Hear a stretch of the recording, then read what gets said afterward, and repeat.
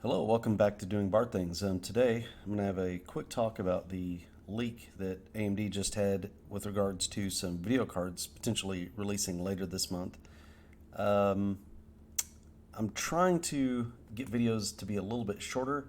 It seems like 14 minutes is about as short as I can keep it without just wondering and what's the right word, pontificating on, on a bunch of stuff. So we're going to try to make just a short one today and talk about one article. Um, so this I found a little bit interesting. Um, this was posted, this list of video cards, and then quickly taken down. I I think part of this we need to take a little bit with a grain of salt because we don't know specifically what AMD's plans are, but I do think that it was enough to talk about what the potential here is. So, over the last few generations, what AMD has done is basically allowed NVIDIA to set the market, and then they've come in behind them with their cards and tried to slot their cards in and compete for value in a way. It just seems like with the, for example, the 7900 XTX, right? Um, it's not the full RDNA 3 core that they could have released. I don't know that what we're seeing here with the 7900, 7950 XTX, I don't know that that would be the full core either, or if they would even increase um, the CUs on it even. They may not. But essentially, um, they decided to come in around that $1,000 price point with this card because Nvidia released the 4080 at 1200. So it seems like they've got room to spare money wise on profit margin wise on these cards, and they just wait for Nvidia to set the market, and then they come in behind them um, to counteract the fact that Nvidia, at least from everything that we see, like Nvidia has a little bit better feature set. They do ray tracing a little bit better. Um, the DLSS 3.0 is a little bit better, although I'm interested to see what FSR 3 brings because that will be open source and you can use it on, I think, all the GPUs. Kind of like FSR 2, you can use it on 3000 series NVIDIA GPUs, like it doesn't care. So I think that'll be interesting to see. Um, so, having said that, I would take all of this list of GPUs a little bit with a grain of salt. Um, it was put up there, it was pulled down. Who knows if, um, maybe they were floating just the idea of this. There's been some scrutiny on whether or not these GFX numbers are actually correct for the GPUs that are listed. Um, so we'll see. Basically, if they did release this, or if this is what their plan is, how this goes down is going to be very, very, very heavily dependent upon the prices at which they list these. I think the master stroke would be if Nvidia comes out with a 4090 Ti model up at the top end, they're going to price that thing ridiculously. It's going to be $2,000, $2,500, maybe even $3,000 at this point. Who knows? Um, it's Nvidia is absolutely going crazy with their pricing.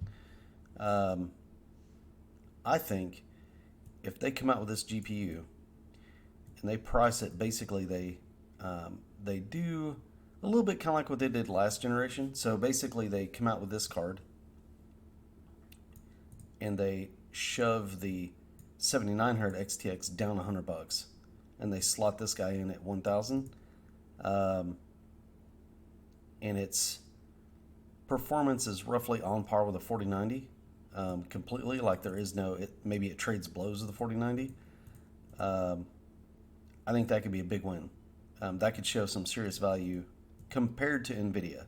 That's kind of the key thing here is compared to Nvidia. Maybe the way to phrase that, right?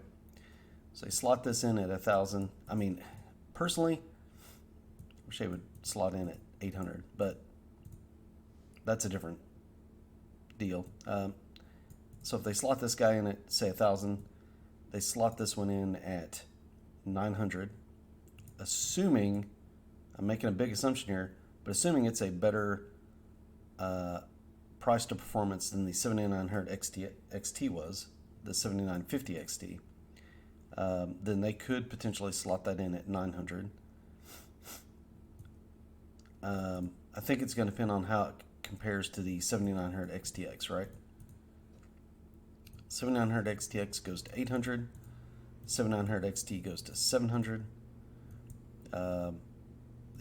This forecasted 7800 XT maybe at 500, 400, 300 or less, 280 I would say, and then the 7500 XT maybe at about 150.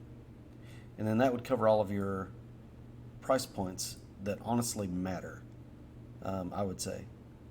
And if this 7600 XT, which this is, for whatever reason, this is the next one that they're planning on launching. Maybe it's just due to an ease of production or whatever it is. If this card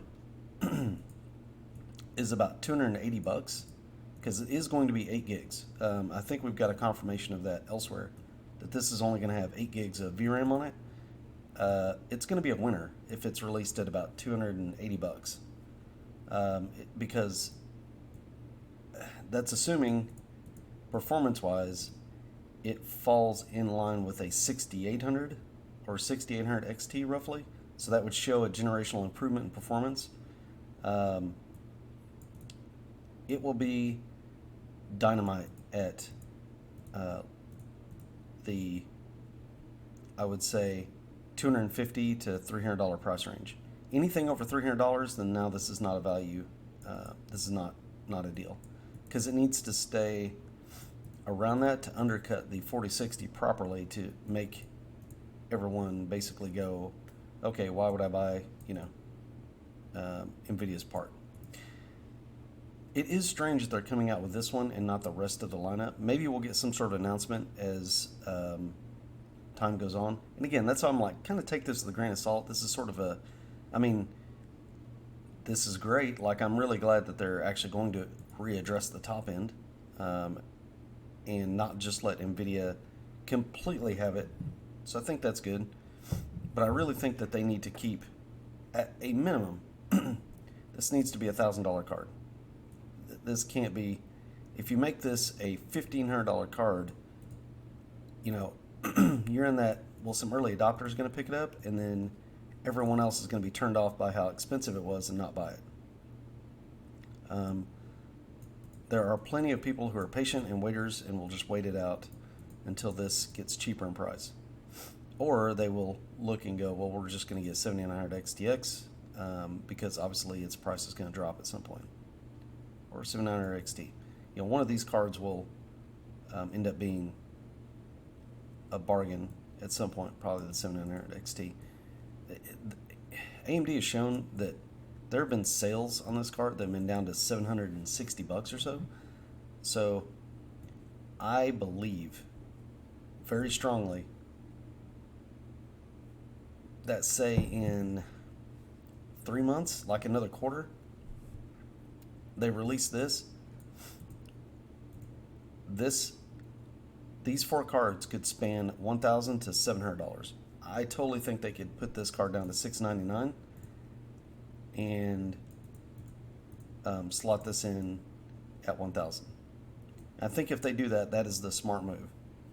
That is the move that will give them the biggest profit margin while still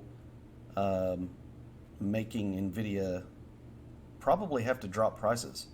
They probably would have to, if this matches a 4090, they're probably going to have to significantly drop the price of the 4080 and the 4090. Because if this just outright beats a 4080, then yeah, they're going to have to do something about it. What I find interesting is the big thing that's the unknown is FSR3. If FSR3 comes out, and they time that with the release of these GPUs, some of these GPUs, which I think is why they're sort of slow rolling the mid-range in, is because they're still working to get FSR3 up to snuff. AMD's really had a heck of a time with some product launches lately. The 7950 X3D CPU is a bit of a just kind of a miss. I wasn't even sure who that chip was targeted at exactly. I think they tried something different, which, you know, I give them kudos for that, but it was not. It was kind of like, what's the point of that CPU? They should have just not released that or the 7900 X3D and just released the 7800 X3D, in my opinion, because those chips are obviously not ready for prime time, and I don't know if they're still quite ready. That's the bugs and the burning up of CPUs notwithstanding. That's different. That's like bugs and problems, which they needed to obviously sort out between AMD and the board partners that make the motherboards. But yeah, just again, it's sort of like really a weird product. On the other hand, these GPUs, what I think AMD is going to do, and the reason why they're on the schedule that they're on is, I think it's Computex that's in the middle of May. They're going to, NVIDIA is going to announce a 4090 Ti, more than likely. And what I think AMD wants is they want NVIDIA to release that card, set that crazy high price, and then they're going to come in with these cards and undercut it. My fear is that they're going to charge $1,400 for this, right? Because their argument is going to be, well, it soundly beats the 4080 in rasterized performance. And just, that's not going to do what you want to do. If you charge $350 for this RX 7600 XT, that's not going to get you where you want to go. If you charge $500 and $600 or even $700 for 7800 XT, that's not going to get you where you want to go. We know that you can price this at like $699. We know they can do it. They are almost down to that now, or at least on specials, right? And it just seems to me like the move is going to be to slot this in on the top and then shove everything down. Is what really the move is. If the goal at the end of the day is to go, okay, enough of this, I'm not going to make 100% margin or whatever it is. We're going to make the margin we can make, and we're going to sell a bunch of video cards. That's what you got to do. You got to make these things good value that makes sense. Don't get over greedy per card. Just sell a bunch of cards, because the market share will be good. Mass adoption is your friend, because basically when that happens, that's going to cause NVIDIA to lower their prices, causing them more pain or causing them to come back to reality, which honestly, I think, especially with the APUs, so the APUs are going to basically take up the entire low end, the super low end. I think eventually in the next gen or two, we won't even see a 7500 XT at all. Maybe not even 7600 XT, because the APUs that AMD is making will eventually start eating those lower end spots. And you'll probably get a discrete GPU that roughly matches the top end APU performance, and then below that there will not be any more discrete cards, because why?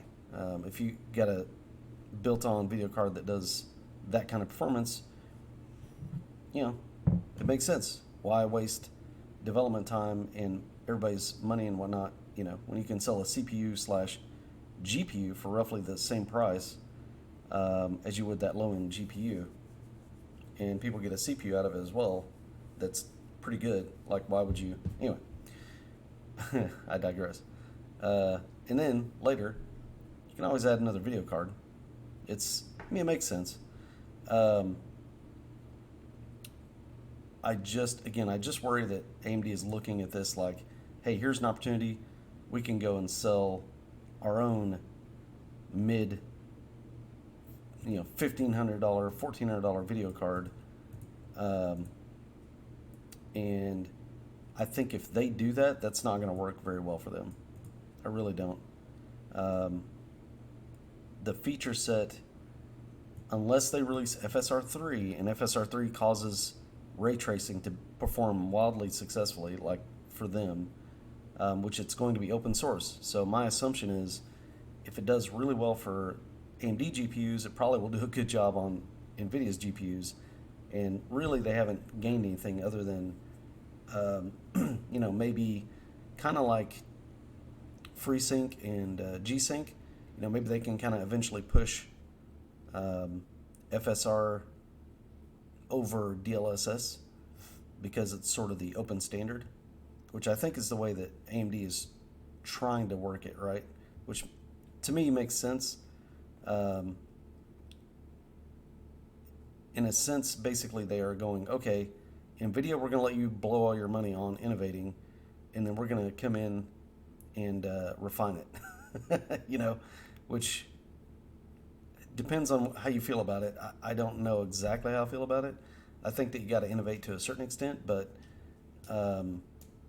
yeah. Anyway, that just seems to be, they let NVIDIA run out there and then they just sort of undercut, which is really sad to me because it just tells me that they sort of have accepted their position in the market, and I don't know if that's great.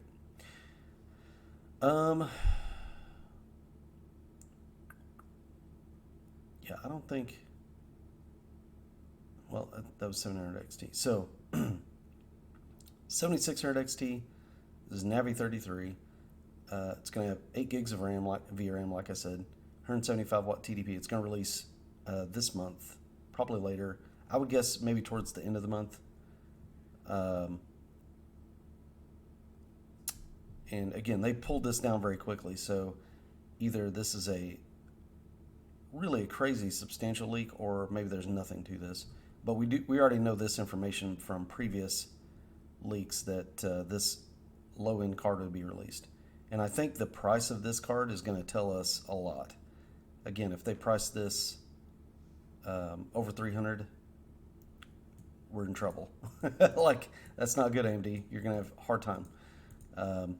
But if it performs like I suspect it will, and they price it appropriately, this could be a good card.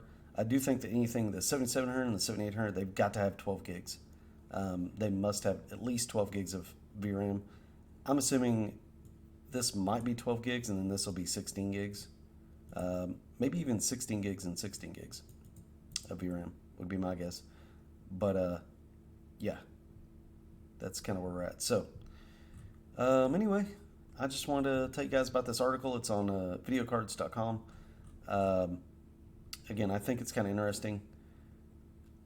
We'll look at and see what they released this card at.